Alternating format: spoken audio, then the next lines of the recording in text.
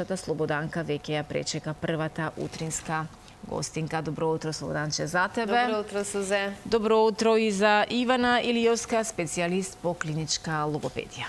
Добро утро и од мене. Драго ми е што говорите овој пат за пречките и нарушувањето на говорот кај возрастните. Минатиот пат говоревме за состојбите кај децата.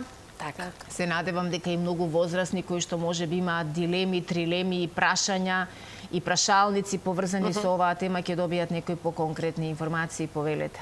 Многу благодарам, Сузе. Добро утро, се разбира, ќе кажам и до нашите гледачи ова дожливо утро, но како и да е, се надевам дека сте во убаво утринско расположение во вашите домови, како што напомена и Сузе.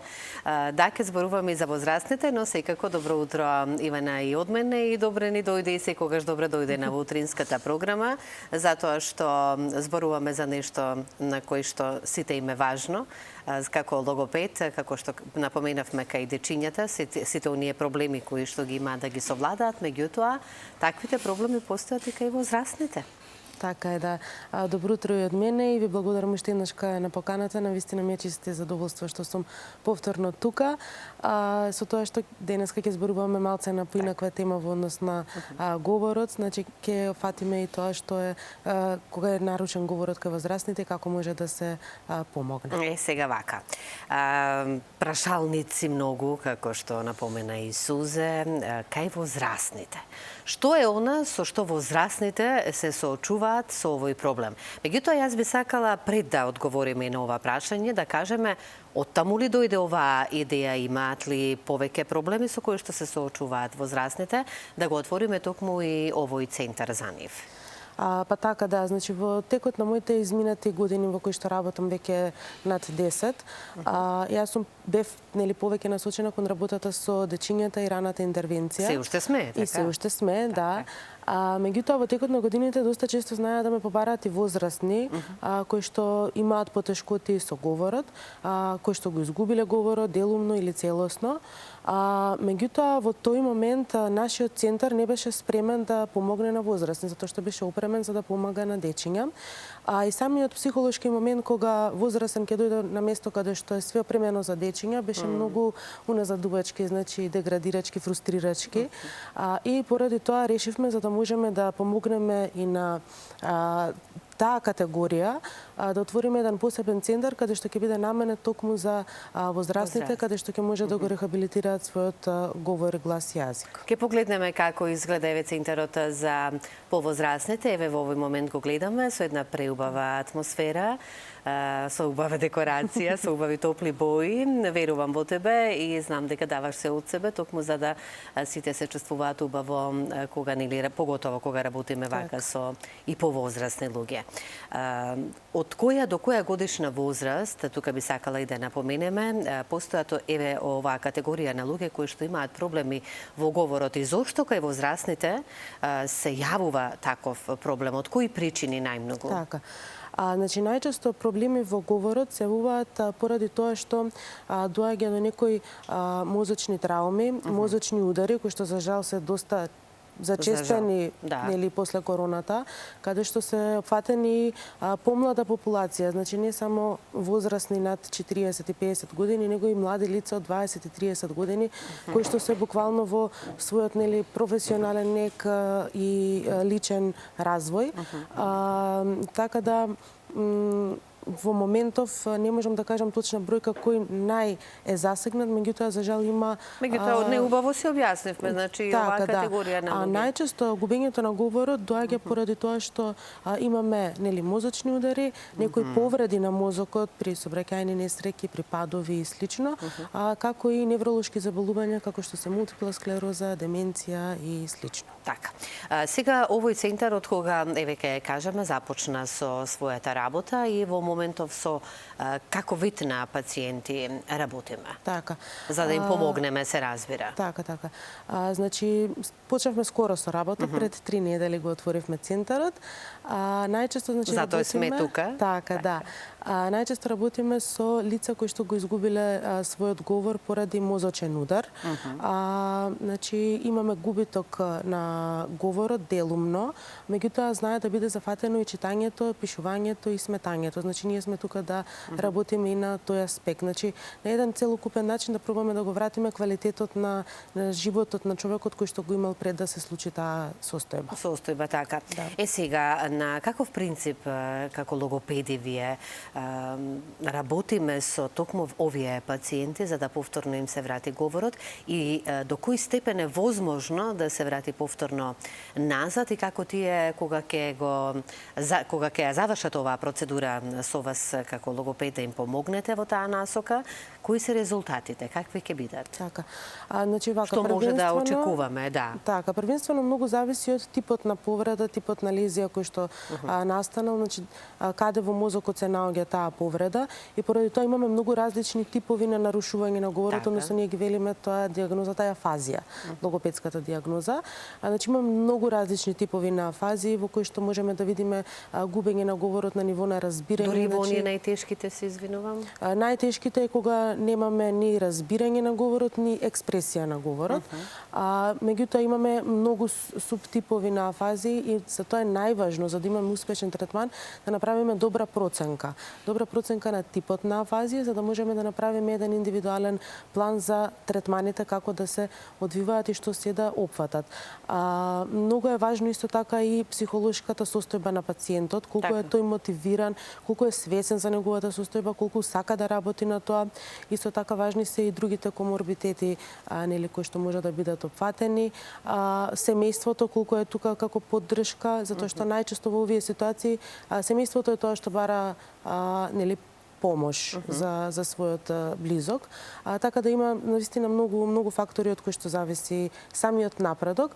Меѓутоа ние сме тука, се трудиме да го извадиме максимумот од секоја личност која што ќе дојде ќе побара помош од нас, со тоа што нели првенствено да направиме нубава проценка што се е опфатено, што недостига, за да можеме да го коригираме и да дадеме на тоа што најмногу фали. Така, една насока и правец од ваша страна, нели, за да се па да кажам подаде рака за тие луѓе, затоа што убаво напоменавме, тука е веќе и психолошката состојба, се доведува во знак прашални како тие се чувствуваат, па може би се безнадежни, мислат дека нема повторно да им се врати тоа што некогаш било, меѓутоа еве постои начин, постои центар каде што може да им се помогне токму на овие луѓе кои што го преживеле мозочниот удар, меѓутоа кажавме и на повеќе нели фази. Дали оние најтешките може да дојдат кај вас па да извлечеме од нив нешто што така, дали може и на нив да им се помогне? Да, секако дека може и многу е важно да им навремено дадеме надеж еве вака и утеха. Да, навремено да се започне, значи штом ќе се подигне пациентот, штом ќе биде надвор од животна опасност, веќе да се побара помош и да се започне со работа, затоа што колку побрзо почнуваме на некој начин да го тренираме мозокот, толку и побрзо се враќаат нели функциите во назад. Значи семејството е тука многу битен фактор, пак ќе го напоменам затоа што не треба да го исклучува својот член затоа што нешто се случило, него треба да гледа колку може повеќе да го вклучи во секојдневните активности, пример да се дипла талеште или да се раскрене масата, доколку е подвижен пациентот за да може да се осети дека е од нешто нели корисен, затоа што најчесто се случува да се чувствуваат некорисно. Меѓутоа пациенти кои што се пример лежат, кои што не се подвижни, е важно да им се пристапува, да се играат социјални игри, да се редат слагалици за да може тој мозок да биде активен, а не само и на тој начин можете да помогнете со семејството во координација со семејството. Да. Многу битен фактор е семејството. Така да, значи да не биде само пациентот оставен дома да лежи и да гледа телевизија, затоа што на тој начин само се повлекуваат сите функции кои што можеби семејството во овој случај е врската помеѓу пациентот и вас. Ги споменавме и многу убаво да објаснивме за оние кои што за жал и се почести се мозочните удари, меѓутоа мора тоа да се напомене и добро е што од ваша страна еве подавате рака, односно го отворивте центарот и се сетивте како да им се помогне на токму оваа категорија на луѓе. Меѓутоа, дали покрај мозочните удари работиме и со друг вид на пациенти кои што имаат проблем во говорот и кои се тие? Да, како што кажав, и мозочните повреди во кои што нели собраќајки, падови, каков принцип со нив мозокот. исто работиме? Да, исто зависи значи што е нарушено, што е штетено, однос на мултипла склероза и деменција, исто така гледаме што е зафатено и што недостига. И со деменцијата исто со луѓето? Исто така, да, исто Може така. на нив да им се помогне? Може, да, затоа што на некој начин се вежба нели говорот, се тренираат говорните регии во мозокот и може да се спречи тоа дегенеративно нарушување да брзо да проградира, нели да продолжи. Да, верувам. Верувам дека сите овие категории кои што ги споменавме, сите овие кои што не слушаат ова утро и ќе се пронајдат семејствата, нели, кога имаат ваков случај, за да и поготово со проблеми во говорот, може да си застанат на свој нозе, поточно за оние кои што нели си може да дојдат и до кај вас, за да сето тоа се коригира, да кажеме. Меѓутоа, постојат и луѓе кои што во текот на својот живот си ги имаат оние проблеми, можеби и во возрастните години, кои што се уште не ги изговараме, оние букви кои што се најпроблематичните во македонската азбука, каде што произлегуваат понатаму нели од мали нозе, но остануваат и во возрастните. Дали можеме и кај возрастните да ги коригираме ЛР и така натаму? Така, да, секако доколку има желба, мотивација, ние сме тука и за и дали се работеле со такви случаи? Да, сме работеле и со возрастни, сме работеле и со млади лица, со деца, пример од 20 на години, кои што сами се обраќале за помош, меѓутоа тука е стварно важна мотивацијата за да имаме успех, исто така и со пелтечењето. Имаме и возрастни лица кои што сакаат да пробаат тоа, нели да го контролираат. Морам да напоменам дека тука исто така има уште една состојба на која што ние работиме, тоа се пациенти кои што имаат рак на грло, ларингектомирани пациенти кои што мора да научат да зборат езофагиален говор, затоа што гласните жици нели им се отстранети, така да и на тоа работиме преку соодветни вежби и техники можеме да го вратиме во говорот. За овој тип категорија на луѓе со рак на грло имаат можност да успеат во говорот да и понатаму функционираат нормално. Со ваша помош. Овие минути да ги искористиме секако да кажеме центарот, како вие го замислувате, на каков принцип ќе работи, кои денови со оглед на тоа дека нели работите и со помладата категорија на пациенти, оние дечињата најслатките, најмилите и со нив, па ќе се најде ли време за да им се помогне на сите? Така. Па да, со оглед на тоа дека си мајка и на две мали дечиња. Мора да се најде време. Во другиот кабинет сме веќе тимот тројца логопеди, така да не сум сама, имам поддршка од моите колешки. Во овој центар моментално сум само јас како логопед кој што работи на оваа проблематика, затоа што морам да напоменам дека немаме сите многу искуство на оваа тема и нели не се збори многу за оваа тема, не е толку позната кај нас и но и затоа сме во утро тука, нели? Така, не сме многу едуцирани за тоа. И јас морам да напоменам дека во Србија завршив целосен програм кој што е наменет баш за лицата со афазија, така да јас сум таму повеќе, меѓутоа сум и во другиот кабинет присутна секако. Кабинетот се наоѓа во Тафталиџе на улица Дрезденска. Работиме секој ден од 8 до 20 часот со закажување на термини, значи може слободно да ме контактираат и да закажеме термин за проценка. Така, на кој начин да те исконтактираат сите оние кои што во овој момент еве не слушаат, им е потребна токму помош од вакови? Така, значи имаме Инстаграм профил Афазија Плюс, исто така на мојот контакт број може да се јават, на мејл адресата. Таму ги има сите податоци, каде што може да ви било каде нив им е најпристапно, најлесно, слободно може да ме контактираат. Така.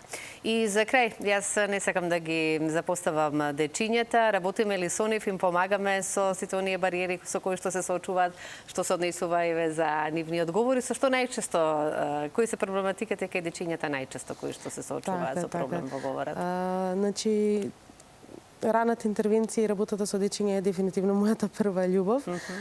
Така да работиме на тоа поле. Најчесто се кај нас артикулативните нарушувања, како и проблемите како аграматизам, неправилна структура на реченица, пелтечењето и дечиња кои што доцна прозборуваат, односно кои што имаат веќе 2 до 3 години, а немаат воопшто говор, се обраќаат нели кај нас и со заедничка помош преку родителите успеваме да добиеме некој успех, нели? Така, да. Сигурна сум дека кога и го погледнете успехот, задоволни сте од она што си го работите и што сте се определиле за оваа професија, да кажам. Меѓутоа, убаво што споменавме, еве и за понатака, ќе имаме можност да поразговараме и за повозрастната категорија на пациенти кои што се соочуваат со проблеми во говорот, па да ги погледнеме и да ги видиме резултатите. И само за крај, дали досега со возрастни работевме, па ги погледнавме резултатите.